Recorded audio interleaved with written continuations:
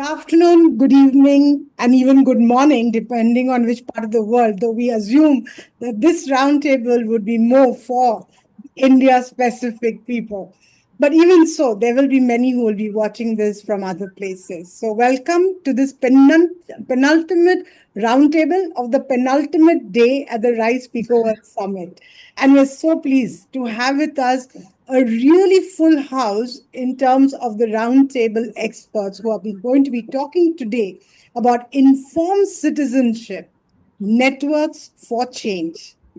This is a topic that is really so close to our hosts who are going to be taking us Bharati Dasgupta from Aagam and Vinita Singh from We the People Abhiyan. We are so pleased to be partnering with them. And to set the context and get us started, we are going to request Bharti to please set the context and help us to really get into the whole discussion, which then Vinita, who will be co-facilitating this with me, will take us forward as we move ahead. Bharti, may I please ask you to join? Thank you, Karon, and welcome all of you to the RISE Citizenship Roundtable. I'm very happy to be sharing space with all of you and joining this discussion on informed citizenship networks for change. I'm your host for the day, Bharati Dasgupta, co-founder Aagam, a Section 8 nonprofit functional for 4 years, working on youth empowerment and 10th board for the school dropout. Today's discussion is entirely an exploratory discussion. We shall navigate through informed citizenship, networks, and change. As the title suggests, citizenship, networks, and change. To set the context, actually, I will just be repeating, giving you some facts and figures which are actually known to all of you because it's public information and it's known. But I just thought that piecing them together might give us a good background against which this conversation takes off. So before Vinita can come in, I'm giving you a small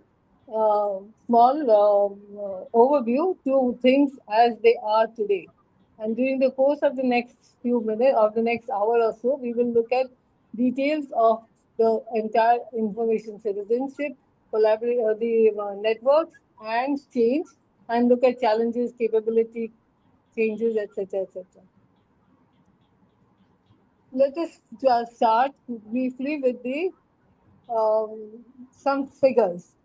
If you look at India's electorate, 97 crores, voter turnout 66.10%. Women voters is so the overall voter turnout is reasonable and beyond the midpoint, so reasonably okay. Women voters is on the increase, and that has been applauded all over. We are 48%, 49% actually nearly of the entire voter turnout, neck to neck with men. And this is being applauded, but there is one huge doubt that plagues all of us. What is it that really gets the women voter to the booth? Is it understanding of participation or is it the lure of freebies? So this is a concern which needs to be addressed over a period of time if we are going to work towards knowledgeable citizenry. Let's look at the first-time voters. We have 1.8 crores who registered during the last union elections in 2024. From them, 1.2 have participated. Now, if you see there is a gap there, 1.2 and 1.85. Question is, why do youth stay away from the polling booth on voting day? Of course, with youth, there would be many reasons. For example, with employment, they would go out and some of them may not turn up. But overall, urban apathy and youth apathy has been spoken of extensively. Then so that kind of gives the background in terms of numbers. So what has been done so far? We look very briefly at it and then take on. So most of the initiatives that have happened so far are on creating awareness are rooted by the Election Commission through the respective state CEOs. Every once in 5 years, we have the union elections, when across the country the promotion initiatives and awareness initiatives are taken. Then in every other state where there is a election, we have the state CEO intervening and interacting with all others and participating in whatever activities they think. Generally, the CEOs reach out to districts and they do training programs. The entire teams reach out and the districts are informed. And they do training programs of locals in and around that district with the cooperation of the district officials. So that's the training. Apart from that, we have this academic participation. There are a lot of there are a lot of institutions which I was not aware of. They actually do full-time master's programs on constitutional values and things like that. And now, question is that if that is happening on an even scale, then why does youth leaders not emerge from this group? Why do we still have dynastic politics? And why do new leaders who come forward remain from part of a dynasty and not those who have been trained and are knowledgeable? Okay. Then comes the question of other organizations participating. We have corporate participation is low, but banks participate, banners, sponsorships, events. Non-profits participate, volunteer targeted youth empowerment initiatives are handled. uh, CSR participation is almost missing. I have not seen any organization supporting informed citizenship. Over the period of time, sustainability has become an accepted subject in addition to education, health, etc. But citizenship or creation of awareness is not yet. I have not seen it. I don't know. Someone, people, as you go along, you might be able to correct me. Then we have so CSR is an area which is not big. Corporates also, there are not too many of corporates, but I know that there are foundations now who support these kind of initiatives through their funding, etc., who participate and they do encourage some amount also. Now the thing is that the education institutions, anybody for that matter, who does the promotion, almost entirely the promotion is focused on the vote, how to register and how to cast the vote. Okay, so the knowledge of why the person should vote, the focus is on the reach, I mean, go into the process, register and vote, but there is no value to the vote. What is it that we are voting for?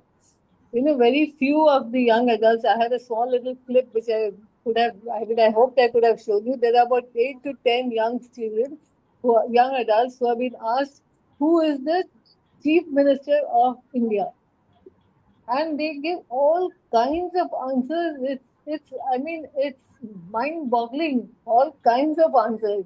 But they don't. No one ever says that India's chief minister is not a part of it. India chief minister belongs to a state.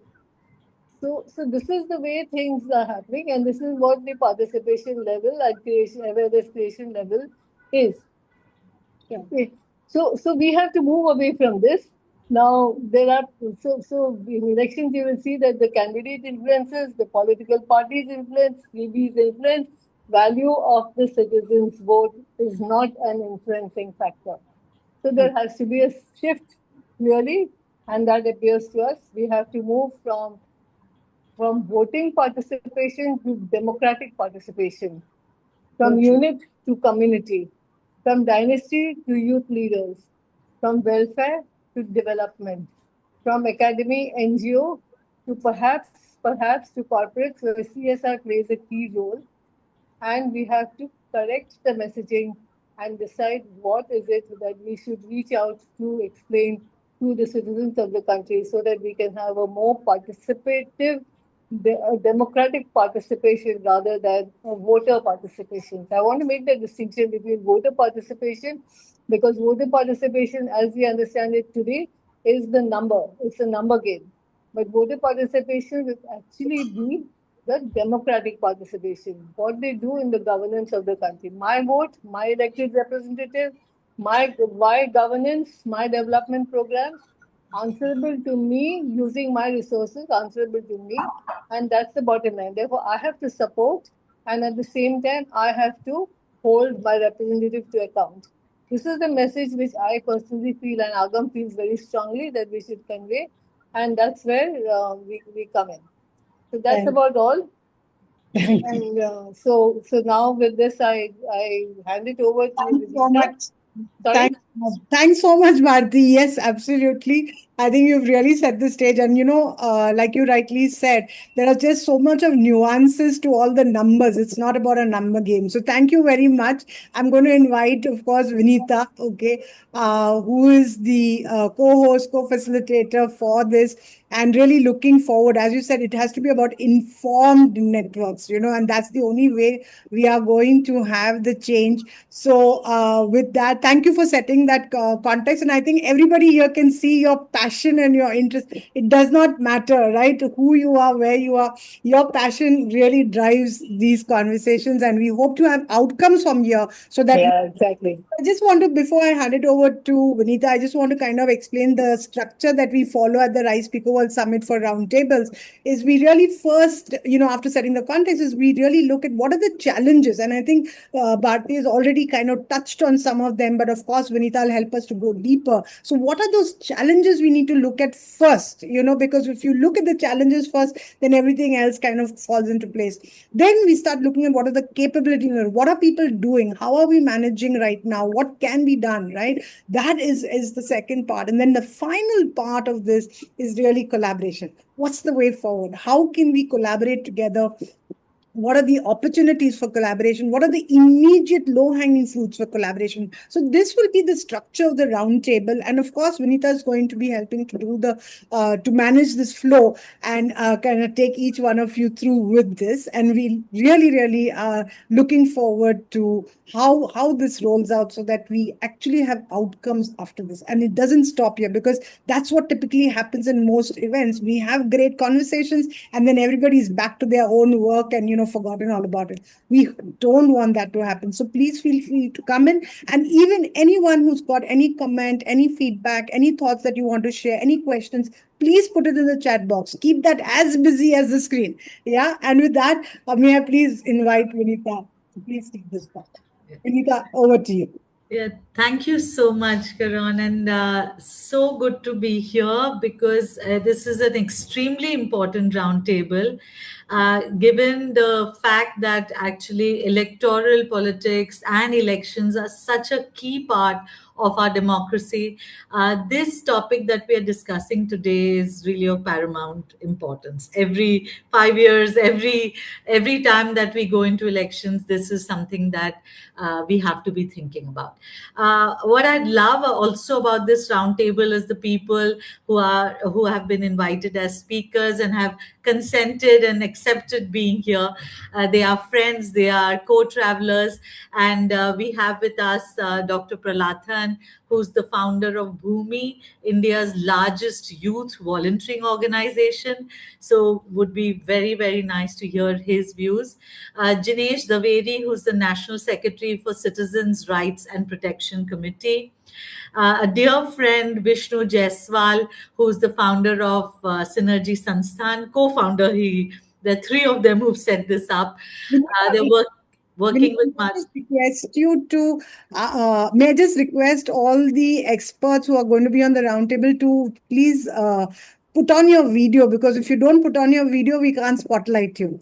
Yeah, that's a Zoom problem. Not our- yeah. So please Yes. do that, and we'll bring you onto the table. Yeah, go Wonderful. ahead. Vinita. Sorry. Great. So Vishnu Jaiswal, who is working with marginalized youth in Madhya Pradesh. Anshul is here too. Anshul Tiwari is founder and CEO of Youth Ki Awaaz, India's largest citizen media platform. We also have Girish ji, who is founder and director of the Care Leavers Forum. Lata Srinivasan, who's founder of an NGO that engages with youth in education, and Advait Ji, who's the researcher at Policy Action Lab. I am not sure whether Aditya is here with us, but he may join us. He is grant manager at Azim Premji Foundation. Very happy to have all of you here today. And with us at We the People, who's really pushing for the agenda of active citizenship, for participation and sustainable development. This is going to be something that we are going to all learn from each other and then action as we go along. So, Karen, I think the first thing that we are looking at today in this roundtable is that all of us are involved in so many different ways with young people, with empowering them, with bringing them into spaces of participation, and basically helping them to contribute as full citizens of this country.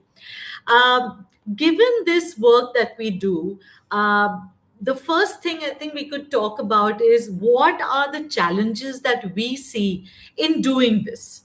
What can be done, therefore, to enhance informed citizenship? But really, with given our experience, what is it that we have to overcome? What are the challenges? I just maybe with the media being such an important platform for everyone, maybe Anshul, if you could take us a little bit through that, and then we bring everyone else in also in this Sure. conversation, it would be great.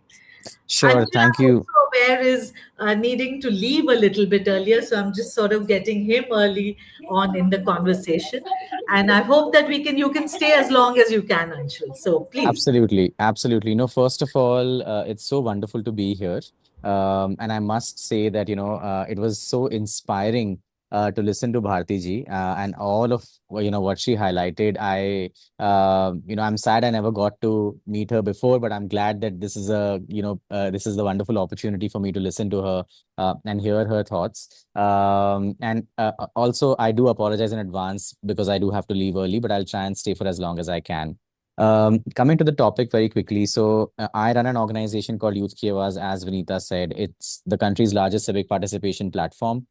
We use media and storytelling as a way to get young people to share stories of issues around them, but we also have actively started using polling as a mechanism to get young people's perspectives at scale to make governments and businesses more responsive to the needs of young people. And over the last 18 years of our work, what we've really learned is that it's very easy for people in positions of power to say that young people are important, especially in government institutions. And I count businesses also as a very important decision making cohort.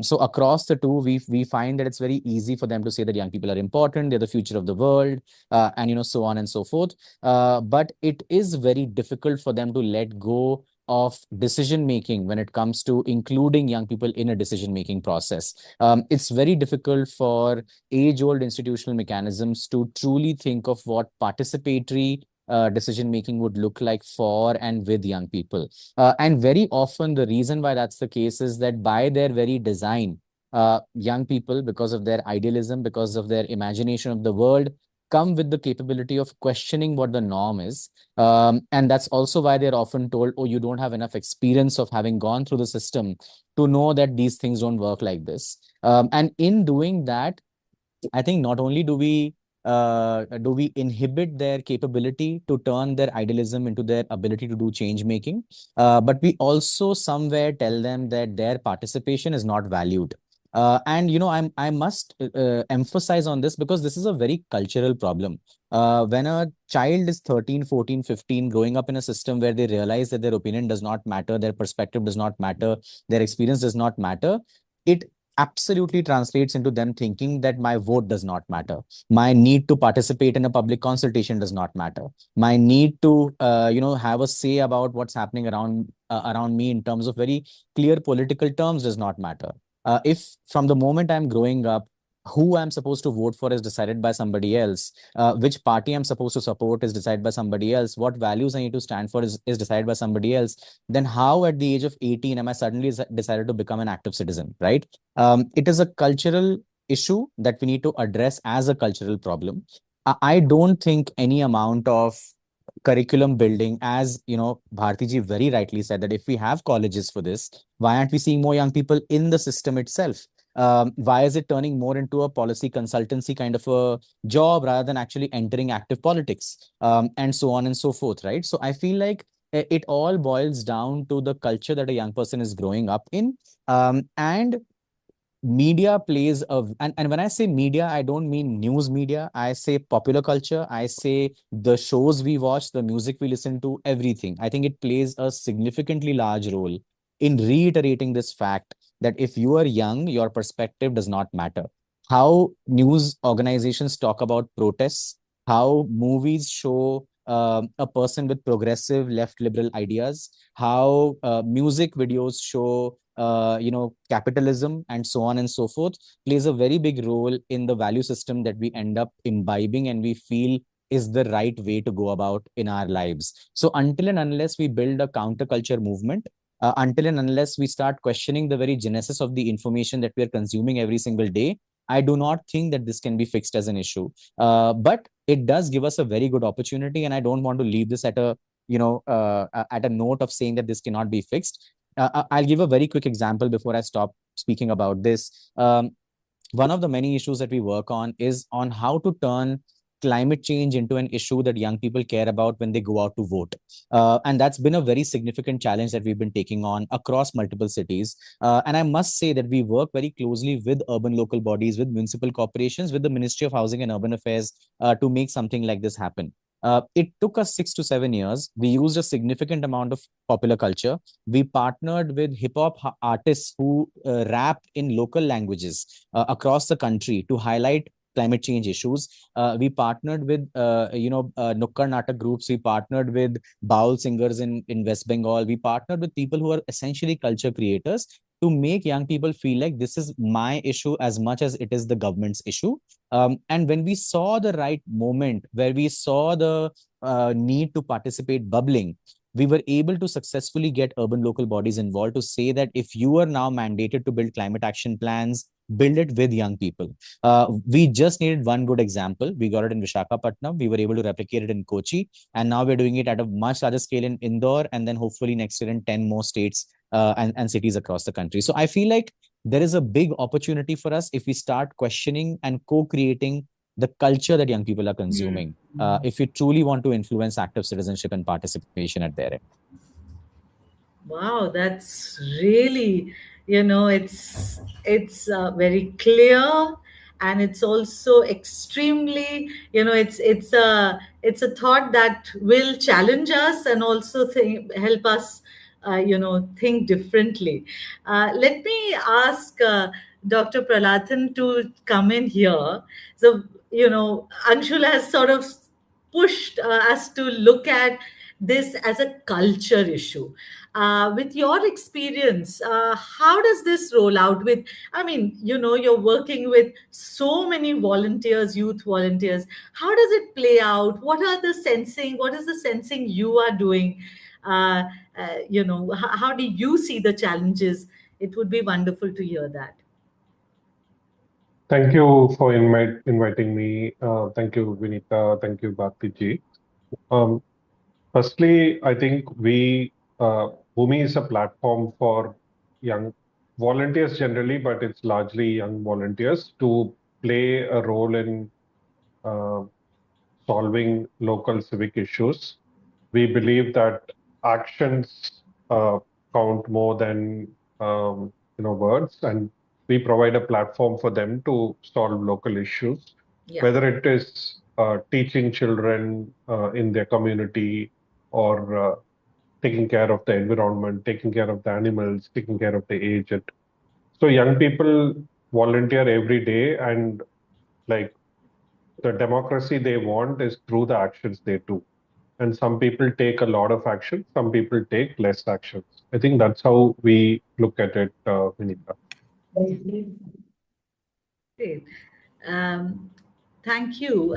Let's look at also what's happening on the ground in Madhya Pradesh. I think asking, if I could ask Vishnu, because Vishnu is very focused on young people in the center of India, right? Madhya Pradesh, with all its, with a government that has been there from the same political party for a very long time. How do young people view electoral participation there? Vishnu, आप हमें थोड़ा मध्य प्रदेश के परिप्रेक्ष्य में बताएं कि किस तरीके से यूथ अपने आप को वहां देखता है, स्पेशली मध्य प्रदेश जिस तरीके से पॉलिटिकल पार्टी के साथ लंबे समय से जुड़ा हुआ है। आप थोड़ा सा बताएं हमको। बिल्कुल बिल्कुल, थैंक यू इनवाइट करने के लिए। तो भारती जी ने जो कहा और वैष्णव का, उसी से मैं आगे बढ़ाता हूँ। जब हम युवाओं के पार्टिसिपेशन की बात करते हैं तो हमारा ये मानना है कि युवाओं को केवल वोट, जैसे भारती जी ने कहा कि वोटिंग तक नहीं देखना चाहिए, और युवा जो है वो केवल विकास का बेनिफिशियरी नहीं है कि वो मांग करने वाला है, वो एक इक्वल पार्टनर है, वो इक्वल सहभागी है, जहाँ पर क्या क्रिएट हो रहा है, क्या बन रहा है, उसमें क्या आइडिया मायने रखते हैं। जैसे अंशुल कह रहे थे कि उनकी आवाज को नहीं सुना था, तो वो बड़ा ये है कि होना ही चाहिए कि वो डेवलपमेंट का पार्टनर हो, पर उस तरह से जो ग्राउंड रियलिटी है वो डिफरेंट है। एक तो मैं ये कहना चाह रहा हूँ। दूसरा, जब हम इलेक्ट्रिकल प्रोसेस की बात करते हैं, चुनाव प्रक्रिया की बात करते हैं, तो ये बहुत ही कॉम्प्लेक्स है, मुझे ये लगता है। जब हम डॉक्यूमेंट में पढ़ते हैं तो हमें लगता है कि वाह वाह कितना बढ़िया सिस्टम है, कितना डेमोक्रेटिक सिस्टम है, बड़ा आइडिया सिस्टम है। जब हम जमीन पर, जब मैं देख रहा हूँ युवाओं के साथ डायरेक्टली काम करते हुए, ये बड़ा कॉम्प्लेक्स है। जैसे एक वो लोग हैं जो राजनीति में है, चाहे वो लोकल स्थानीय चुनाव की बात करें, एमएलए चुनाव की बात करें, एमपी चुनाव की बात करें, तो कौन वो लोग हैं कि जो यहाँ पर जमे हुए हैं। तो मुझे लगता है कि एक बार जो जमा हुआ है वो 25 साल तक, 30 साल तक वहां से हटना नहीं चाहता। मैं तो बड़ा करीब से ग्राम पंचायतों के साथ काम करता हूँ। मुझे लगता है कि अ, जो एक बार सरपंच बन गए वो कभी नहीं चाहते कि वो हटे। दूसरा, वो ये नहीं चाहते कि युवा युवा अपने आप आए, भागीदारी करे। तो जो युवा आए हैं 20-30%, वो युवा हैं, या तो उनके पेरेंट्स कहीं पर चुनावी प्रक्रिया में थे तो उनके बच्चे या परिवार के लोग आ गए। दूसरा, या वो युवा जो किसी प्रोसेस से गुजरे थे, चाहे वो अलग अलग छात्र संगठन से जुड़े थे या किसी पार्टी ने उनको सपोर्ट किया, वो जरूर आए। लेकिन जो आम जनता है, 80-90% युवा, मतलब बहुत कम नंबर में शायद ये बोल रहा हूँ, लेकिन उनका इंटरेस्ट इतना नहीं है चुनावी प्रक्रिया में, वो वोट जरूर चल रहे हैं। मैं तो आदिवासी क्षेत्र में काम कर रहा हूँ, कई लोगों को लगता है कि इतनी लंबी लाइन है, क्यों वोट डालने जाना है, मेरा आधा घंटा खेत में अच्छा। काम करूंगा, वो ज्यादा बेहतर होगा। तो वो वहां पर भी नहीं है। लेकिन चूंकि उनकी सुनी नहीं जा रही है, वो उनके पास आइडियाज हैं, कुछ करना भी चाहते हैं, लेकिन जब वो ग्राम सभा में जा रहे हैं, जब अपनी बात रख रहे हैं, तो उनकी आवाज को दबा दिया जा रहा है। जो ऑलरेडी चुने हुए जनप्रतिनिधि हैं, वो उनकी आवाज को दबा दे रहे हैं। इवन पेरेंट्स को भी लगता है कि मेरे बच्चों को क्यों जाना है, ग्राम सभा में क्यों जाना है, पंचायत में क्यों जाना है, इससे अच्छा वो खेती बाड़ी करे, पढ़ाई करे। तो उस तरह का माइंडसेट नहीं है कि उस प्रोसेस में जाना चाहिए। और मैं ये देख रहा हूँ कि स्थानीय चुनाव में जनपद चुन के आए, अभी ग्राम पंचायत सचिव जो है वो पंचायतों को चला रहा है, बहुत कम सरपंच पंच है जो उसको उस तरह से देख पा रहे हैं। तो ये बड़ा कॉम्प्लेक्स है, मुझे लगता है। स्थानीय एसोसिएशन का एग्जाम्पल की बात कर रहा हूँ मैं, इसमें मुझे लगता है कि युवाओं के साथ काम करने, मतलब एक तो ये सिनेरियो है। दूसरा, भारती जी जो कह रही थी वो बड़ा, हम स्कूलों के साथ भी काम कर रहे हैं, जहाँ पर हम ये देख पा रहे हैं कि हमारा स्कूल करिकुलम, हमारा कॉलेज करिकुलम भी वैसा नहीं है जो उनको सक्रिय नागरिक बनाए। उनको कुछ है जो राजनीति शास्त्र पढ़ा रहे हैं या नागरिक शिक्षा पढ़ा रहे हैं, वो इतना ही है कि एग्जाम तक सीमित है, अच्छे नंबर आ जाए, बच्चा करिकुलम कम्प्लीट है, वो वहीं तक ही सीमित है। बट हमारा सिस्टम भी इस तरह से नहीं है जो उनको एक सक्रिय नागरिक कैसे बनाना है उसकी कोई प्रॉपर कोई ट्रेनिंग हो रही हो। तो उस तरह के प्लेटफॉर्म बहुत कम है। जैसे भारती जी ने भी मुझे अभी जब शेयर कर रही थी, कुछ कुछ चीजें हैं जिन मैं मध्य प्रदेश में रहता हूँ, तो कुछ इस तरह की चीजें हैं। जैसे युवा संसद है जो थोड़ा एक प्लेटफॉर्म देते हैं युवाओं को अच्छा, कि उस या प्रक्रिया में आ सके। लेकिन अगेन वो बहुत उसके अपने लिमिटेशन है। मैं यही रोकता हूँ अभी फिलहाल। right, right, right. Again, not being heard, but also आदिवासी बच्चों के साथ, युवाओं के साथ कठिनाई तो ये भी है कि दे may not even be able to take the time out to do it because every day they need to earn their keep. So this is a real economic issue in terms of participation, taking their time away from their own livelihoods. It's a very important point you have brought from the ground. That's I think, Jinesh, would you like to come in here on the challenges before we really tap into what opportunities are available for us? Would you like to say something here? Sure. Am I audible? Yes, Yeah. perfectly. Yeah. Thank you for having me here, and I'm feeling really nice to be a part of this esteemed panel and the topic that we're discussing. So far, what I've heard, I've actually taken some points as a takeaway, and it's worth mulling over and working on it. I would like to highlight certain things, like what is apparent is Anshulji said something about it took 7 years, and that really clicked, because Rome was not built in a day. So let us say Delhi was not built in a day. Bharat needs to take its time to be back to its original restored Sone ki Chidiya status. And with this spirit, I think we will be able to reach where we want to reach. We will need a lot of patience. It just cannot happen overnight. And what Vishnuji said stuck me, and that is, it is actually very complicated. It is not so simple. And this is what I actually find, a simple fact checking when I do of the WhatsApp forwards, and I see people blaming XYZ, Neta. When I see, was it so simple? Then I realize that no, it is just simplified, oversimplified, and the decisions taken there were actually coming out from a very complex situation. So, keeping Yeah. all these things in mind, we will have to make grassroots changes at grassroots level with a 25-year plan in mind, is what I feel. Starting right from the schools and ironing out the problems right from there, nipping it at the bud. What is happening right now is we are having a symptom centric approach rather than a prevention approach. We are just busy filling in the holes that are there in our boat vessel. We are busy emptying the water rather than plugging in the holes. Yes, so I'm sorry. Right from the school level, we will have to make drastic changes. Right from what happens is there is a level playing field at the school. We don't know what a caste is. We don't know what religion is. Nothing at all. But suddenly, when we pass our 10th standard, we get into colleges. We come across three options, only three options. As a son of a bania, that it should be either commerce or arts or some specifics, commerce or science or some specifics. Arts loge to you will become a teacher.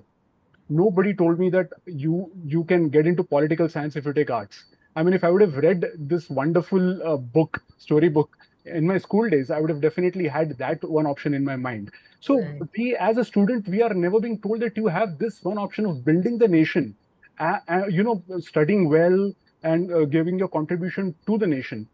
The leaders are being revered upon, but that's it. Wahan pe everything stops. So grassroots changes, if you want, I can discuss right now what I have in my mind. It might be sounding like a highfalutin discourse, but well, if you want to make changes, you want to reset. When there is a lot of cluster on your PC, you reset it. Even if it doesn't work, you actually do a hard format, even if soft format Okay. doesn't work. And I feel, like we said, like Bharti ma'am also said, that we are always, stuck at certain, loops. And you mentioned that, we talk in certain roundtables like these, and then we are back to our normal course because we have our own challenges there. So in order to eliminate and increase out those challenges, we'll have to make drastic changes right from the grassroots level, which is again seamless and same throughout the nation. In Okay. Jammu, in school level at first standard, and in Chennai, or be it Kolkata, or be it Ahmedabad, or be it Mumbai, all the syllabus has to be same and the language medium has to be same. You might call me a little off track, but let me tell you, good ideas starting में ऐसे ही लगते हैं. But solution यही होता है. जब devaluation हुआ था रुपये का, तो people said बहुत problem हो जाएगा, but that was a drastic step. जब नोटबंदी हुई थी, that was a drastic step, but it yielded results. Then according to your school of thoughts, you might take sides that is biased, but the first drastic change that I would like to propose is, should I continue or you want me to halt and No, talk no. later? I think that really you are moving us into what capabilities and what opportunities are there for us to look at. So bring on the Yeah. drastic idea. It's Vinita, interesting. Vinita, can I come in for a second? Yes. Jinesh can of course continue talking, and it will be good to hear him. But this problem is so vast. We're catering to an all India population. They're starting from scratch. So the problems will be manifold. So one approach for us would be to look at what we have and to capitalize on whatever we have to improve the situation. That would be a good starting point, probably. Okay? Sure, Okay, sure. Dinesh, But continue. Yeah. let's Yeah, hear it, yeah, yeah. Sometimes Okay. a reset. Yes, please, Dinesh. Okay. So what I personally think, and this is subject to change. I mean, this is totally based on the data that I've been collecting all these years. I feel first and foremost, we should have reservations not beyond 10 standard. Reservation should be like right to education. Till 10 standard, give level playing field to everybody. Everybody should get same kind of exposure for sports, for the kind of books, for the quality of education. And for that, we need to build good educational institutes. Don't give license to the schools if they are not qualifying basically with basic infrastructure. I studied in a school which never had a playground. I was sitting in a bench where actually the capacity used to be for 4 students, but it was an overcrowded classroom where 5 students used to sit, and me being a left-handed used to have civil youth daily with the next person sitting to me. So there has to be basic infrastructure licenses. Only then the school should be given the license to go further, and let there be massive schools. Secondly, we need to get into a language that will help students learn other languages easily, a language that is mother of all languages. And hence I'm telling it's not an overnight solution. It will take about 25 years to get the first streamlined batch out. The language should be the mother of all languages, that is Sanskrit, along with the language of the state, because we are a federal structure. If you know Sanskrit well, you can learn Bengali easily, you can learn Marathi easily, you can learn Odia, you can learn Gujarati. Well, Tamil can be one option, but fine. Now we'll look at the majority thing. So I feel have Sanskrit as the language, and third language will be English, along with the other subjects. You know why I'm telling Dinesh, this? just 1 second. Can you? So this is actually an addressal for overhauling our Yeah. education system. Uh, how do you, given of course, like Anshul saying it's a culture issue, how do we address the issue of electoral participation of our young people? Exactly. Again, That's if you could sort again, of focus in on no, that, no, no. that would be great. No, no, I'll tell you. I'm not digressing. The reason is it is the root cause that we are supposed to get into, and it Achha. is right from there. There is so much of there's no level playing field. When I go to college, I used to find students from different walks of life with different kind Okay. of education altogether. Some Right. following what's going on in the classroom, some not at all following it. Achha. Okay. I used to feel really, and that time Mandal Commission was at its peak, and Right. being an open category guy, I was having my own, reservations and disturbances. So that's where I was coming from. That reservation has to stop right there and there At itself. 10th grade, yes. Yeah. Now, it's a long explanation. If you want, I can cut it short and then You continue have the to cut point. it short Yeah. because, of course, others will also. I've got a Yeah. couple of hands up also, Yeah, yeah, right? sure. But I'll continue this. So if you want, I can take a break right now to break the monotony. Then I can come back where I'd left from. Okay. All right. Karen, Yeah. what do you think? Shall we Yes. look at others Yeah, also? let's just look outside the table as well, because this is a round table, right? Yes, So let's yes. bring other voices. Sure, sure. You had a question to ask. Go Yes. ahead. No, I won't say, I mean, I wanted to say like thought provocative, but I would say I would restrict, like I would remove the word thought and say provocative narration of what Jinesh was saying. And I think it is quite dealing to like the historical and social realities. I'm sorry to say that, but I guess it has to be contextualized in how the social and historical factors have played in. And I mean, would love to kind of hear like uh, if he has any basis of saying that in terms of research or just mostly anecdotal, what he feels about it, because that's how probably he would add more weight to whatever he's saying. Yeah. Sure, I sure. think Ankush will hold this because we don't want the conversation to go in another direction. But and also I think we've got Upala who's got Yeah, a very Utpala has quickly, and something we'll to say. take all of them together, and hopefully Vinita, you will answer it so that you can. Oh, no, I think this is the round table, right? Let's look at what everyone's saying and see what comes out, because this is a microcosm of the country in a sense. Yes. Absolutely, absolutely. Go ahead. Utpala, please आप बताएं. Yes. सो मुझे भी जो कहना है Hmm. वो दो तीन चीजें थी. पहले सिर्फ इसी बात पे बनता ना, मतलब नोटबंदी एक ड्रास्टिक चेंज था और ऑफ कोर्स चेंज था, लेकिन वो उसको कैसे देख रहे हैं, आई डोंट नो, इस समझ में नहीं आया हमको कि इसको कैसे यहाँ पर, मतलब मेरे लिए वो आया जैसे कि उसमें कुछ बहुत अच्छा या कुछ बड़ा. सिर्फ इसलिए कि ऐसे तो हिस्ट्री में हम लोग हमेशा पढ़ते ना, दिल्ली से दौलताबाद, तुगलक ने जब अपनी राजधानी बदली थी तो उसको भी फिर मतलब वहां से हमको ये जुड़ता हुआ दिख रहा है. दूसरी चीज, मदर ऑफ लैंग्वेजेस, ये क्या चीज है हम नहीं जानते. ये एक खास तरह की चीज की संस्कृत की हेजेमनी और संस्कृत में ही सारी चीजें होगी, और ये बहुत इंटरेस्टिंग हमको साउंड कर रहा है. मतलब इसमें हमको कुछ चीजें बहुत ही ज्यादा प्रॉब्लमेटिक लग रही थी इस पूरे उसको सुनने में. सिर्फ 10th तक रिजर्वेशन देंगे, उसके बाद एक ऐसे लेवल प्लेइंग फील्ड है कहाँ इस समाज में. हमारा समाज हजारों साल का इतिहास लेके चल रहा है डिस्क्रिमिनेशन का, कास्ट बेस्ड डिस्क्रिमिनेशन और तमाम चीजें, जेंडर बेस्ड डिस्क्रिमिनेशन. हम लेवल पे उस पे है ही नहीं ना, समान उस पे नहीं है. हमको लगता है एक चीज ये, और बाकी जो पहले जो बातें हुई थी उस पर भी कुछ कमेंट था. हम अभी कर सकते हैं या बाद में जब भी आप लोग बताएंगे, तो उस पर कुछ पॉइंट्स था मेरा. एक छोटी सी बात बस चलते चलते, कि जो ये बात हो रही ना कि यूथ, जो सबसे पहला जो वो था कि यूथ सडनली आप 18th ईयर में कैसे वो कर सकते हैं कि हाँ हम पॉलिटिकली एक्टिव हों. और हम याद कर सकते हैं कि मतलब अभी के यूथ इस मामले में वाकई डिप्राइव्ड हैं. हम लोग एक ज़्यादा पॉलिटिकली चार्ज्ड एटमॉस्फेयर में थे. स्टूडेंट यूनियन हुआ करती थी, है ना, और वो आपकी एक तरह से पाठशाला थी, वो ना नर्सरी थी जहाँ पे हम सीखते थे, जहाँ पे हम जूझते थे, बहसें होती थी, तमाम चीज़ें होती थी. वो अब एकदम से, मतलब लगभग सारी सरकारों ने स्टूडेंट यूनियन खत्म कर दिए. वो भी एक पार्ट था जो ये ना, ये सिस्टम के तौर पे हुआ है. जो कल्चर के साथ साथ हम इसको भी देखेंगे कि हमारे पॉलिटिकल सिस्टम ने ही खुद पॉलिटिक्स को वो किया, बैन किया और उसको बुरा बता दिया.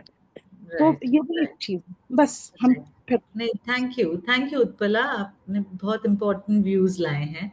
बट जो मैं समझ पा रही हूँ, जिनेश का कहना ये है कि हमें स्कूल से ओवरऑलिंग करनी है. अब उसके डिटेल्स हम थोड़ा सा और सुनेंगे. We will look at what Jinesh wants to say, but maybe there are other voices here, Lata ji, to bring in where education is playing a very important role. Again, how Jinesh is looking at it, what do you think? How can we enable electoral participation? Your experience on education with young people, what is it saying?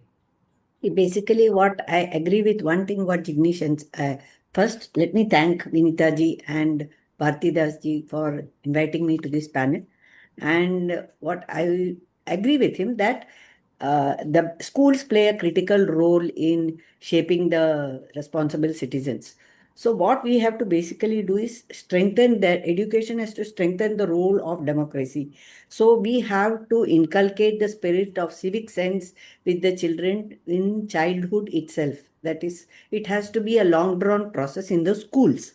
But now coming to the youth of today, we feel that they are mostly exposed to these digital platforms, to these social medias. So what is that? They are not able to understand between what are facts and what is the what is not the fact, not is reality and not reality. So these people have to be educated, especially the first generation voters, and have to have, before voting they have to understand What will the vote take them to? Whom they have to vote? What is our responsibility? What does our constitution tell? Just voting and coming does not make. How you can be a part of the system of governance. So all these have to be educated to the children, students from the school itself and then going ahead. So it has to be in batches. It cannot be like, or like he says, at the age of 18, you suddenly become a very responsible citizen, or you have. So where are the areas where you can contribute to the country's governance? How is your governance going to help the constitution, or the know your constitution and governance as a whole? Another thing is, see, there are various areas like marginalized areas, population, where civic awareness is not much. So what we should do is we should have various these school children itself play as an ambassador to their families, to their communities. That will help them to make the civic awareness among these marginalized people also. Another area where I find is that the electoral process amongst the community engagement. Like we can engage themselves, engage the children in various cleanliness drive, environmental drive, and Yeah. health issues. So that itself gives them a importance of civic sense in them. They what they played as a community as a whole. So that will help them to understand that their importance of their responsibility and their civic responsibility. So promoting volunteerism and social responsibility Yes. is another way of educating these children. So Yes. this is are the various points that I can gather now. As Right. the speakers progress, I think I will be able to No, tell thank them. you. Thank you. Thank Important, really. And Vinita, also taking a leaf out of Dr. Pralathan, what he was saying, action on the ground. How do we involve people? But we've got Advait really, with his hand raised for some time. Vinita, So, I'm huh. sorry, but before Advait, if we can bring in Aditya, because he has been his hand up for a long Oh, time. oh, sorry, I was not Yes, able to yes. see I that. believe Sorry, Aditya was Aditya. there I'm before. very sorry. Please, Please, please go ahead. बोलिए. Let us start with Then- justice right here. No, I couldn't see him. No, That's no, all. no, of course. So that's why we're co-facilitators, right? Yeah, Go Hmm. ahead, yeah. please. No, first of all, I am really sincerely apologize for joining lately, but I guess what the discussion in the context. So I'd like to put just few points behalf of our community which I belong. So let me introduce that I am Aditya Charegaonkar. I brought up in CCI, and then today I am in the position to support the many care experience youth and the forming and establishing the care experience network. So you can also meet Girish, who is the founder and the director of the Click Forum. Yes. So similar, there are also many care experience led network are started forming in India. But I will just tell you in today's the meeting's agenda how it is significant and important topic is relevant for us because as a being care experience youth, our journey is very completely different. We are completely finding ourselves as excluded, and that's the basic fundamental. Somewhere people were talking about the equality and equity, but what about that inclusivity of those who are already excluded from mainstream of the society? So in that context, how we are doing, and we are not just addressing the issue, but how potentially we can also significantly contribute to the system and make able to form the systematic way where we can also be heard, or we can also be seen as a efficiently contributor. So in that process, electoral process is also significantly important. But unfortunately, we don't have as such legitimized, electoral place where we can cast our vote, or even if we are casting, but frequently we have been getting migrating here and there. They're in search of livelihood, or in search of education, or in search of even getting settled somewhere. So how we are distinguishing that challenges in this mainstream electoral process. Second thing, we do not have a basic documentation while transitioning from the institutional care to living Hmm. independent. Yeah. And I don't know whether Girish has already covered up all this issue, but I'm just no, Girish hasn't had the chance to do that. and then secondly, there is no ecosystem after coming out from the institution to make them aware about their rights and responsibility. But and most of us are struggling. Honestly, they are struggling to live in the basic needs like getting the food, accommodation, and also finding the some sort of job, and just that's the life only coming out. And that's why many among us are still left behind. It's because we are not coming into the electoral process or the mainstream of the politics. But my point is that how we can make the difference, that how we can create a peer support first within us. So that's the effort we have been putting, and making us each other aware about what are the rights we have and how we can strengthen the system in a way that system can also support us rather than just questioning the system. So how we can bring that gap and the support. So that's also effort we are putting. But honestly, there are still a lot of things behind the behind the far of the process of development.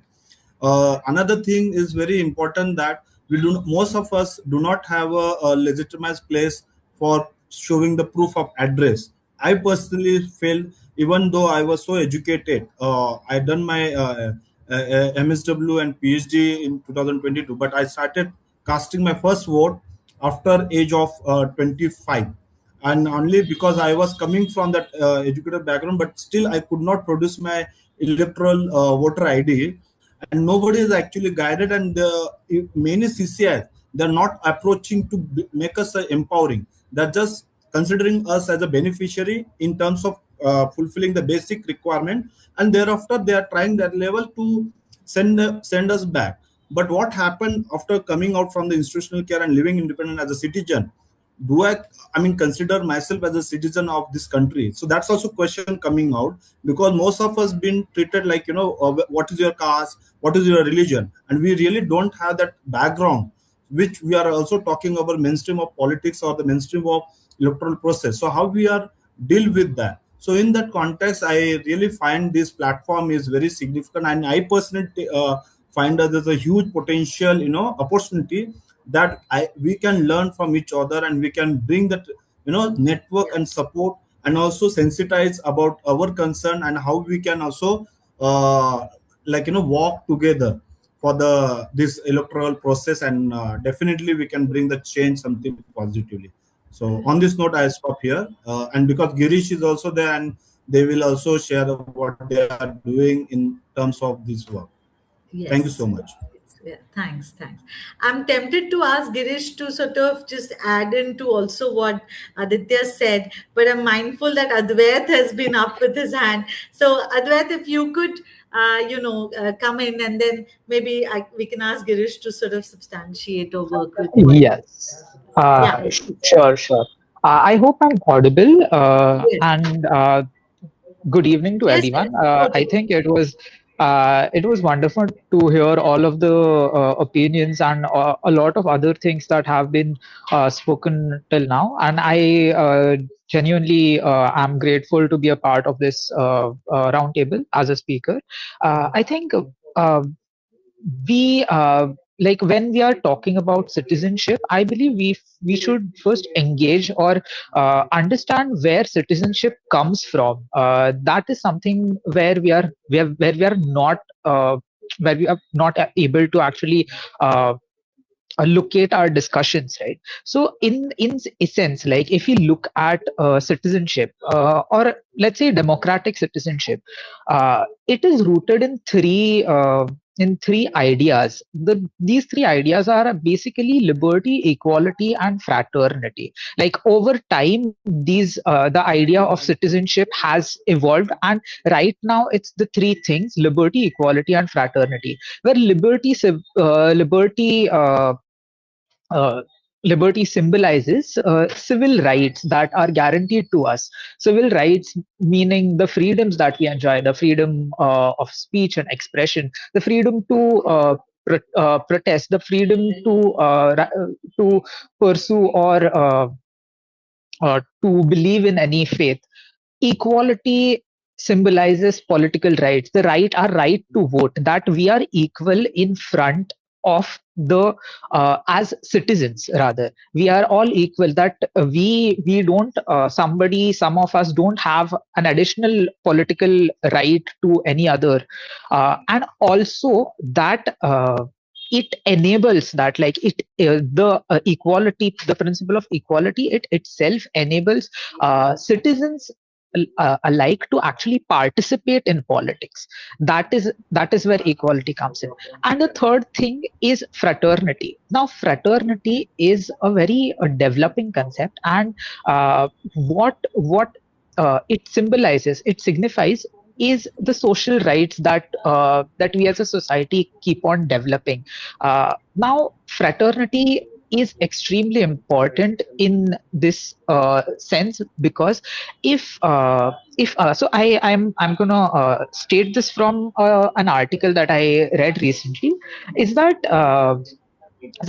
if yeah sorry yeah if ethical if individuals lack the resources to meet their basic necessities, then these two former rights, the civil rights and the political rights, which means their liberty and equality, they are meaningless if they don't have the means to actually express themselves. And this is where fraternity comes in, that fraternity ties the idea of citizenship together, that citizenship is not only individual but it is a collective being. Now now to come back to our discussion, right, when we talk about active citizenship, we must understand that we active citizenship, and also when we talk about building informed networks, right? So when we look into those things, what we are looking at is being taking a political stance. Education, as Jinesh ji has had mentioned, is one of the fundamental places to start that, to take that stance and to take that step of being an active citizen. And I believe as our education system, right from our independence itself, has never helped us to actually take that stance. And even right now, it is not taking us. Giving us that space to actually exert our political identity, to exert our political rights. So I believe having a uniformity of education would actually be detrimental, because right now, since independence, we always have had uniformity of education. We have yes, there are different things that people get to learn, but we follow a system of education where we are graded, we are given marks. So there is some form of idealism that, like, we are trying to push for. But when maximum of our citizens are not educated to even understand what those marks mean, where does the where do these new people, they come in line to become citizens, and how do they understand what citizenship uh, uh, surfaces on the ground as? Yeah. So in some ways, the need is to have a very informed understanding of our history, the development of Indian history. And Indian history is not a singular history of the ruling classes or anybody. It is Indian history has to be a bottom up uh, scenario, a bottom up development, and that is something that we don't get. And once we follow these steps, I believe this is where we will keep on engaging with our ideas of citizenship itself, and start developing these ideas of citizenship on these three fronts of liberty, equality, and fairness. This is what I want. Yes. Right, right, right. Okay, so I mean, I think there's been, quite a few ideas, and I would say quite provocative ideas coming from different places, and also ideas that take us back to the ground of saying that it starts at the start, which is the schools, right? So if we were to look at what are those ideas that make sense? Where can we, it's something that we are talking about for a large number of people at scale. And I think Jinesh was really coming from this thing about how do we do this at scale. Then what does it mean in terms of how do we collaborate to actually create that? Do we have any ideas around that? What should be those 2 3 things that we all think are absolutely critical for us to bring the needle forward? um, Perhaps the time is here now to discuss that. um, any thoughts Vinita, around that? can I interrupt, please? Can we get Jinesh in for his views for a little while? Yes, of course. Yeah. Girish Yeah, has Azim. also not spoken. Who else? Yes, Girish. Girish has also not. Girish, yeah, and some, yeah, exactly. So let's get Girish in and then we'll continue with the discussion as we were saying. Yeah, maybe I can share about like what Vinita ma'am is sharing. I think, hi, first of all, thank you so much, Bharati ma'am, for giving this opportunity. And yeah, so I think there's one thing which always the principle which I also follow as a network. A network is a very powerful segment. If a network can have a trustworthy people or have some say experience solving the problem together or amplify the voice that often unheard, like many caregivers, like they know. We were talking earlier. It's really important to citizenship. If any youth is completing 18 and they are getting the voter ID, but many of us are not able to get it properly, and we even don't know the voter rights of the as a citizen. So we have to be like do some collective way. Maybe doing a lot of awareness through campaign, as Anshul was also sharing earlier. He's doing a lot of campaigns in ground to make citizenship awareness and all. And it's also important. We can do a lot of awareness around the citizenships to going in child institutions or either colleges or in even schools. That's I think my short time I can point. Thank you. Right, right. One output, one statement I want to make is: does anyone know whether schools still continue to teach civics? Do schools continue to teach civics anymore, or have they Of stopped? course. No, Vinita, they don't. They don't. True. Hmm. They don't. They've Well, discontinued. there is a whole Well, subject on it, and in fact, the entire focus of the new the education policy is on building active citizenship. NCRT is instrumental. So maybe I don't know if what we're saying is will be taken to this next level, then maybe NCRT participation in the whole initiative would be a good input. So maybe there's some Yeah. responses to that. But we can't go back to them and go to them and say you don't teach civic education, No, we because can't. they're So, going to say because they do. There is a well, not whole. in all schools, I don't think, because many of the children I have spoken to, they don't have civics in school. Perhaps it was taught so much in a boring way that they forgot that they even learned Yeah, it. That's that quite I agree. possible. On that, I'm with That you. I'm totally in agreement with. That's why Right. Dinesh said no, that we had the book I'm when going he to was. cut in because we will run out of time very soon. Yeah. Mm. We still need to talk about collaboration. That's the most important. Yeah. We Yes. want an outcome out of this. And I also want to share how we will be able to help and support in terms of the tech platform to help the collaboration move forward. So, Vinita, maybe I think Jinesh, I'm sorry, was going to speak a little bit Yes. again. So let us bring him in and then, let's move to the collaboration. Of course. Is that okay with everybody? Yeah.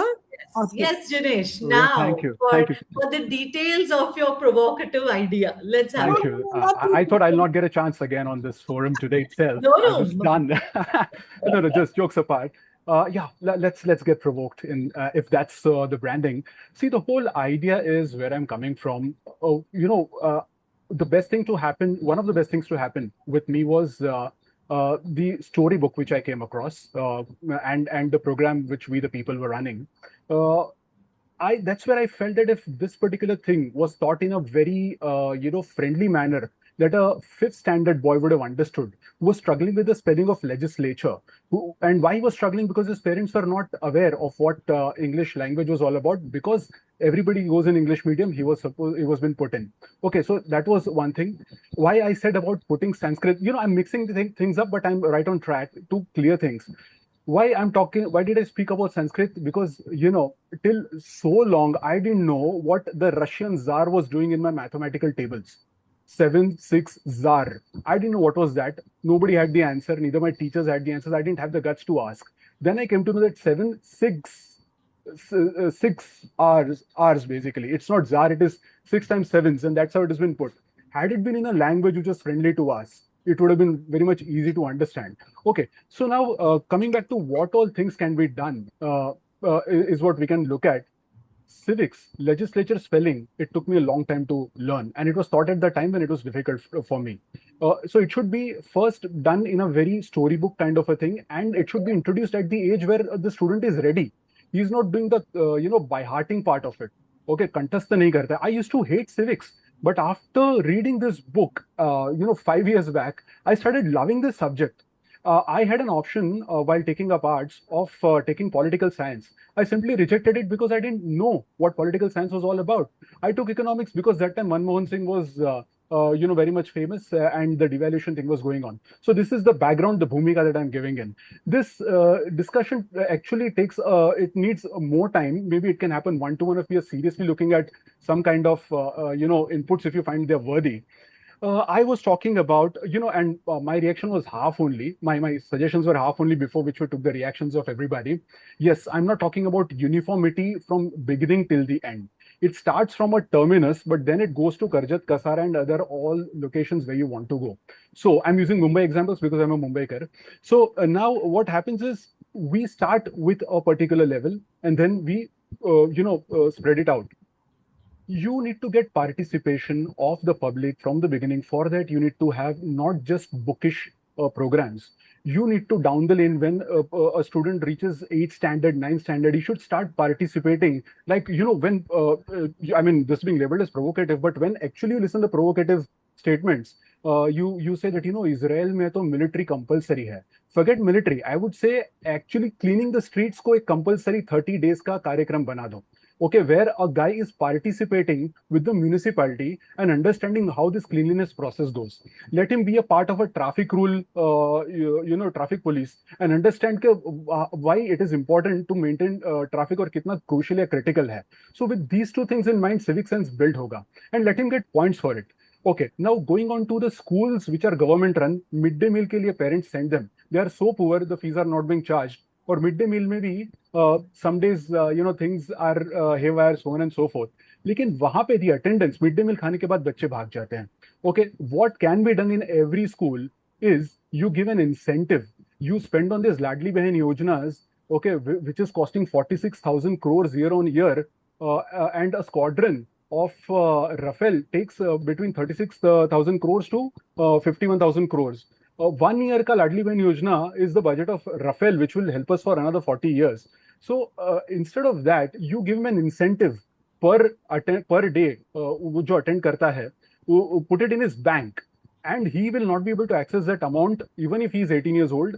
Jo paisa jama hoga, interest usme lagega, and that money will be used as one of his installment of fees. Okay, this incentive will actually help him to go for an attendance. The parents will also think कि अगर बेटी है तो उसका at least एक instalment का part तो government दे रही है. This will be a constructive thing rather than giving them fish in the dish. Teach them how to build a fishing rod and teach them how to fish. That will make difference. Otherwise, we'll be discussing only symptoms and we'll be, वो ही खत्म हो जाएगा and there'll be no grassroots thing. अच्छा, reservation की बात पे उत्पला जी काफी आपत्ति जताए थे, but let me tell you I am a ground level activist. Okay, I fight for men's rights. Gender equality की बात हो गई, अच्छी बात है. The group for men's rights is about mothers and sisters of husband also, तो वहां पे भी women है. So what we are talking about is the reservation thing. When we are talking about women, the party should not have reservation 33% in the Sansad. It should have reservation at the party level. Now give 80% reservation to women, no problem. But finally Sansad mein kitna ratio jata hai, that is fine. You know what happens is, suddenly one guy calls me a friend of mine. I'm going to quote from my experiences. he says, and he's from a radically opposite, party, right wing party. भाई मेरे को biodata बना के दो, इस बार BMC का election लड़ना है. Full biodata is made, and then he comes to know that his constituency is declared as all women's constituency. The guy who has worked for 20 years, okay, is now again calling me and saying, भाई मेरे wife का नाम का आप biodata बना के दो, क्योंकि अभी all women हो गया है. Finally, यहाँ से वहाँ nothing happened. So I had written an article in Free Press Journal in 2014 when I was invited to write for that as a men's rights activist. That time Varun Gandhi was in BJP, Rahul Gandhi for Congress. I said the Varuns and the Rahuls won't be getting a chance to represent their constituency just because of their gender. So that's where the gender has to be party centric and not Sansad centric. Okay, no, and then freebies. We have to do away with the freebies. बहुत लंबा list है, but your body language is telling me I should stop. Yeah, yes. I'm so glad that you pick up body language very quickly. No, Thank you so much. Initially also I said that, do you want me to stop?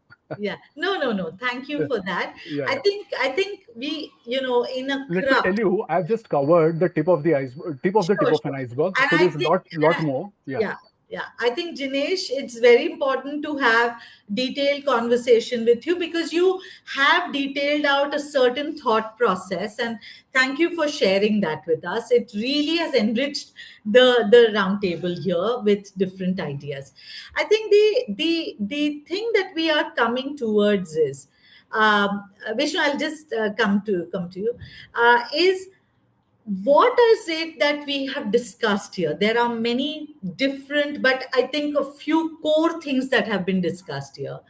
What is it that is worth collaborating on?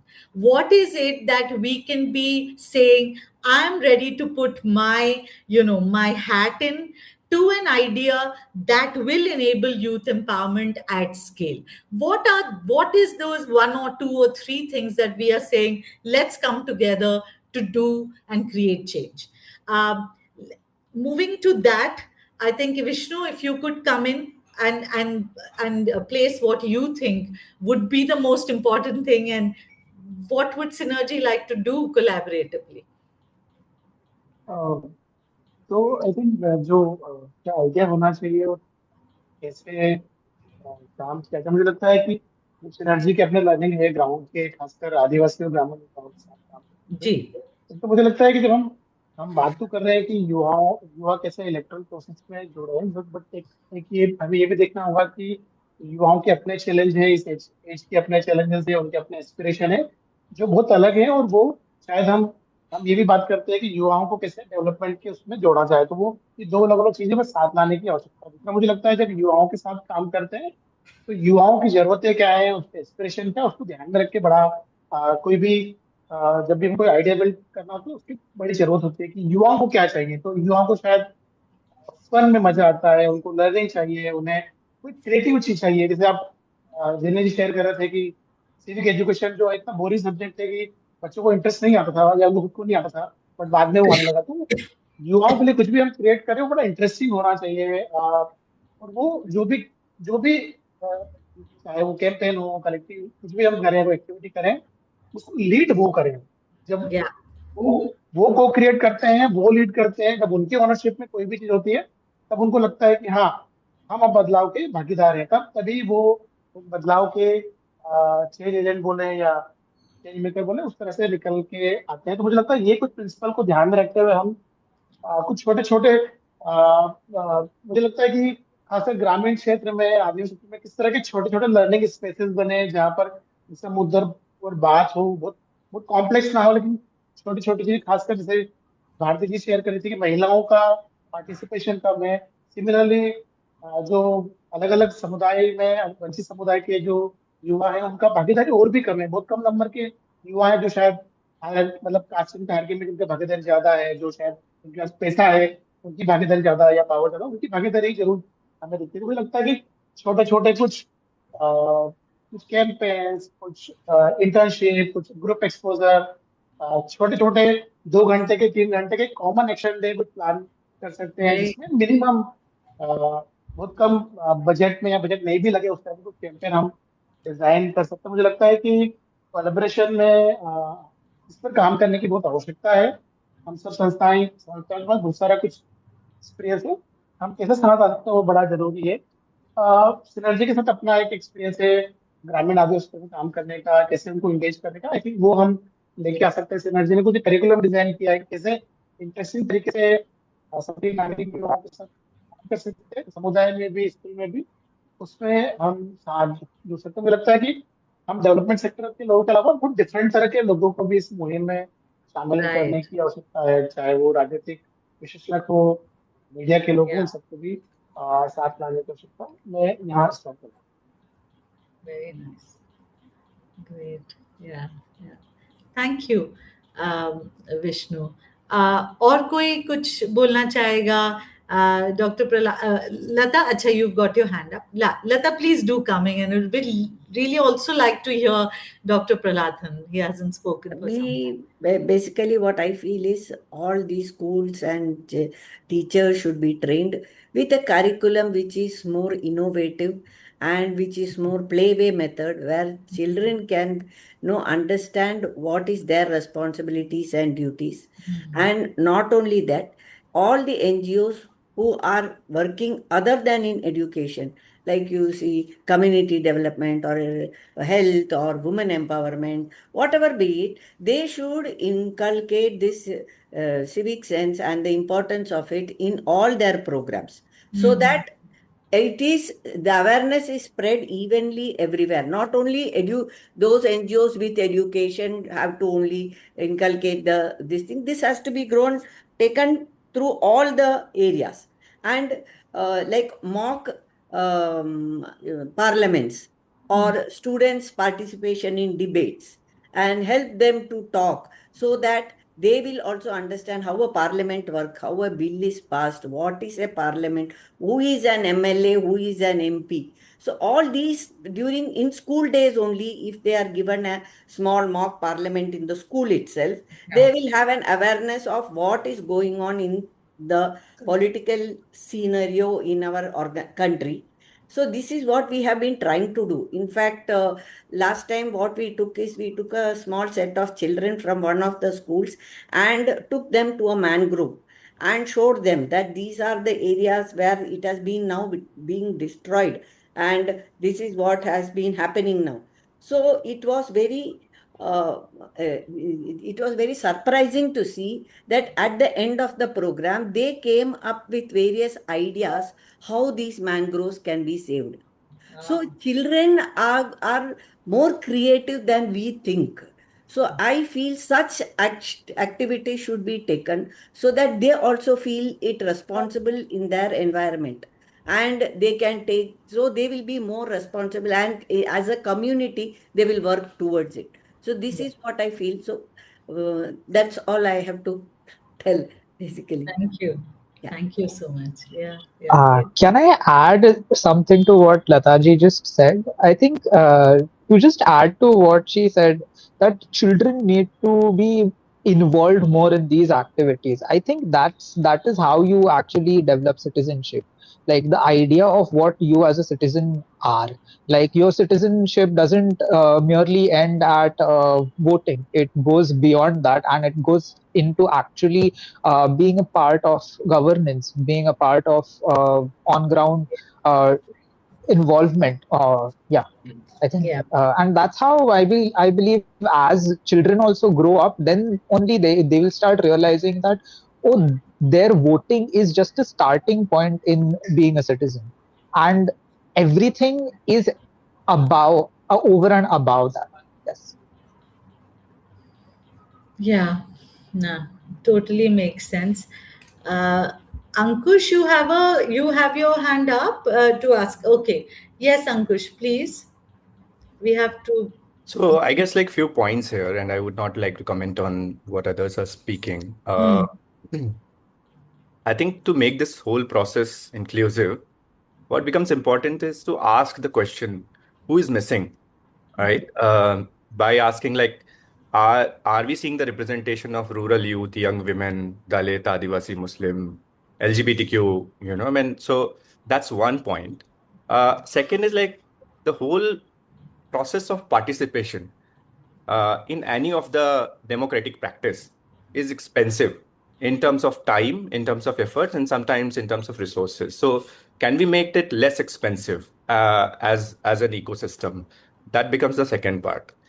Third is generally whatever starts, the elite captures that. So, how to create institutions and forums where non-elites can probably share their opinions. Like we can have like listener communities, we can have local problem reporters, and there have been multiple forums where such initiatives have taken place, and that has empowered youths. Um, and I think largely the youth generally connects to the entry point as like the local issues. You talk about waste collection, or you talk about water issues, issues, school quality. They are interested in those things. Probably it becomes too abstract an idea to connect with constitution, democracy, constitutionalism, and all. So I think it becomes important that we create those forums where they can connect with the local issues, and as an ecosystem, probably those forums have to be opened up. And finally, I think there have to be safe spaces for difficult conversation. And I would just like quickly probably share one example from one of the Pravaha exercises where one LGBT guy was sharing his experience, and there was a Muslim person who was sitting and listening to the experience. And then he went back and cried because he said, my faith doesn't allow me to believe this, but I can't deny the experience the other person is sharing. So I think those safe spaces are extremely important to be created for people to come out and discuss things. Right. Thank you. Yeah. Very, very important. Yeah. I'm quite overwhelmed by the wealth and the richness of the discussions that we've had here. How do we weave this together? How do we take some of these things forward? Karen, what are the ways in which we can still collaborate? Because obviously, this is just the start of a very important conversation. Please weigh in on that, Karan. Thank you so much, Vinita. So, you know, like you said, it's a wealth of information. There's always going to be diversity of thought. It's reflective of the country. And so I don't want to really, again, try to summarize that. But what I do want to really focus on is the way forward. And I think that's something even Bharati, as the person who's been pushing us with all her might, to make this happen, is really very keen, right? Whatever may be our choice, that is secondary. But like Ankush just said, do we have a democratic, inclusive process? I think that's the objective with which this whole session has been put together, right? The choice is yours. No one can take that away. That's your right, right? But do we have the process that allows you to exercise that right? That's the question. And so I think as a way forward, there's a lot of work for us to do, and there's no doubt about that. I'm only glad that we've brought together a small piece that may help this process along, and which is our tech platform. The tech platform that we've created, the PECOWorld, and you can have a look at that later. We don't have the time, unfortunately. I'd have very quickly shown you, or maybe I will still just show the screen, if I may, so that everybody's at least aware of it, right? And you can... okay, yeah, here you go. Sorry. So this is the PECOWorld. Most of you would have come through this or at least have seen it. And in this, if you see, there are these tabs over here, right? So the persona test is really about who you are, discovering yourself in a collective. Whoever you may be otherwise, but in a collective, how do you behave? So it's a very quick 1-minute test. It's more of a reflection. It's not a score or, a major assessment. A passport that kind of talks about what is it that you really feel strongly. And obviously over here, you feel strongly is about voting and citizenship in terms of that. So yes, that is what will be there, and you have an opportunity to do that.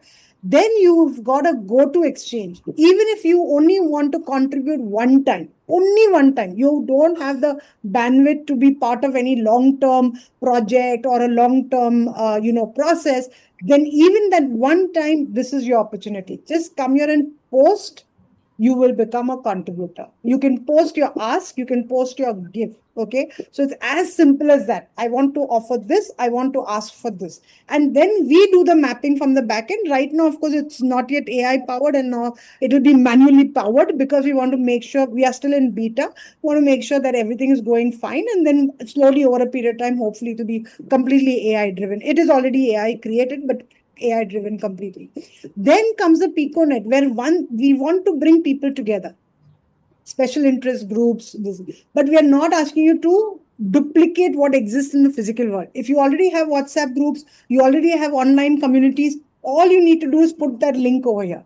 This is a means to give you visibility, to get others to know what you're doing, because otherwise WhatsApp groups are all hidden inside your phone, right? Nobody can see that, right? This is a way to make your WhatsApp group visible, make your online communities visible. The second thing it will do for you is, because we all know with WhatsApp groups, very quickly your messages get buried, right? And you lose track. Or if somebody new joins your group, how are they going to know what happened in the past? So in this PicoNet, you can put a repository of your events, of your what you call it, minutes, key documents, and leave it. And it's not like a G drive; it will become all very difficult to manage, etc. It's already categorized for you. So it becomes a very simple repository. So one is becomes a registry.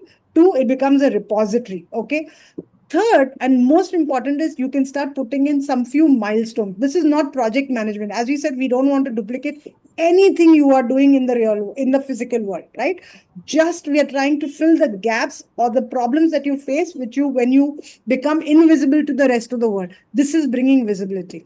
Put down some milestones so that people get inspired to join you and therefore start working with you. So this is the Pico Circle, where you can actually get into action mode, not just WhatsApp chit chat and exchange. All this is very good. We need it, but ultimately action on the ground. And that's what the Pico Circle is about. Yeah. So I'm going to stop here because, as I said, I am very conscious about the time, and we do have another session after this. But we have created something that we definitely hope it'll be used for two reasons. One is because obviously this is to give you recognition for the work that you are doing. Okay. And second is obviously to make sure that you can reach out to more people. Right? Not only the recognition, yes, you may get recognitions in different shapes and forms, but how do you reach out to new people to join your work? How do you get more people to understand what you're doing? So this is what we are doing in that shape. That's one reason. Second reason, our selfish reason, is because this year, after 12 years, we have decided that no more does dialogues for the sake of dialogue. Not a question. We know that our work is, in terms of creating dialogue, is very important. But what next? If we don't progress, then what's the point? So after 12 years, we have said we have to build coalitions. This is the bit that we are doing, building coalitions. So for us itself, if this just stops here or doesn't show anything in the next 1 year, we want to showcase this in the next RISE PECOWorld Summit. And obviously, if you've done it for 12 years, and 13 years, we'll definitely do it for the 14. So this is my request of you. And Vinita, that's it. Over to you. Yeah. I think that coalitions can be built, must be built, and some very core ideas came up, and I think I'll just put them out here. It's very clear from all that was being said that schools is a very, very important space for civic education, understanding. And even more important, that what we are taught in school is creative storytelling, and in ways in which young people can really get excited. So the curriculum is the key part of it, a creative curriculum. I think that's a very important thing that has come out here. The second thing that has come out is what everybody has been saying, that get youth involved in community engagement. Let's have them involved in things in their neighborhoods, and through that process they will learn leadership and they will learn contribution. This is an extremely important piece for us to look at, and I'm sure there are collaborations here that are possible. There's the whole idea, of course, about culture. How do we build this culture, which is helping people ask questions, be more involved? And that was the third place that I think was very important. The fourth area, I think I really heard you in terms of care levers. documentation is simply the most important need for young people to become full citizens. Without that, really, we are not even talking about how they can participate at all. These were some of the things that came out. I do feel like and Lata, I just want to include your point that in all programs that civil society organizations are involved in, can we bring civic sense development into all programs? I think it's a chance for us to find collaborators here, use what PicoNet is making available to us, and see whether we can actually drive change in that way. I want to just close this year with a thank you, but formally inviting Bharati to give a formal thanks to all the people who are here. Bharati, over to you. Thanks, Vinita. Okay, now it has been a very, very good session, I must say, except that some speakers did not do much of speaking. And we have some issues to take forward. But in terms of more concrete proposals, I think we need to have more extensive discussions, maybe within or outside. What came across this community is very, very informative.